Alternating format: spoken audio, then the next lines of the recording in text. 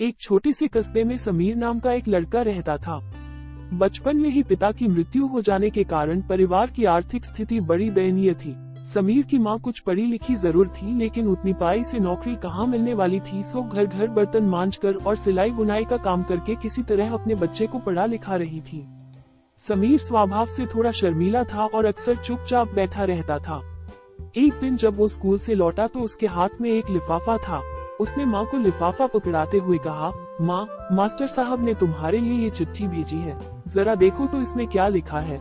माँ ने मन ही मन चिट्ठी पढ़ी और मुस्कुरा कर बोली, बेटा, इसमें लिखा है कि आपका बेटा काफी होशियार है।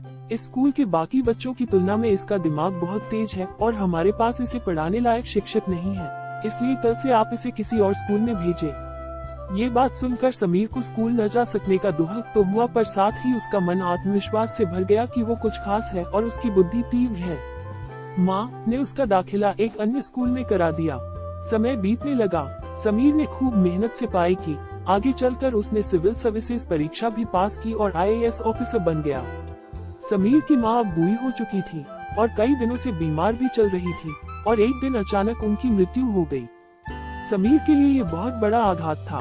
वो बिलक बिलक कर रो पड़ा। उसे समझ नहीं आ रहा था कि अब अपनी माँ के बिना वो कैसे जिएगा। रोते रोते ही उसने माँ की पुरानी अलमारी खोली और हाथ में उनकी माला, चश्मा और अन्य वस्तुएं लेकर चूमने लगा। उस अलमारी में समीर के पुराने खिलौने और बचपन के कपड़े तक संभाल कर रखे हुए थे। समीर एक एक कर सारी चीजें निकालने लगा और तभी उसकी नजर एक पुरानी चिट्ठी पर पड़ी। दरअसल ये वही चिट्ठी थी जो मास्टर साहब ने उसे 18 साल पहले दी थी। नम आंखों से समीर उसे पढ़ने लगा।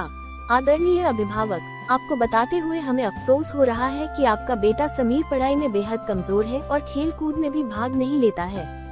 जान पड़ता है कि उम्र के हिसाब से समीर की बुद्धि विकसित नहीं हो पाई है, अतः हम इसे अपने विद्यालय में पढ़ाने में असमर्थ हैं। आपसे निवेदन है कि समीर का दाखिला किसी मंद बुद्धि विद्यालय में कराएं अथवा खुद घर पर रखकर इसे पाएं।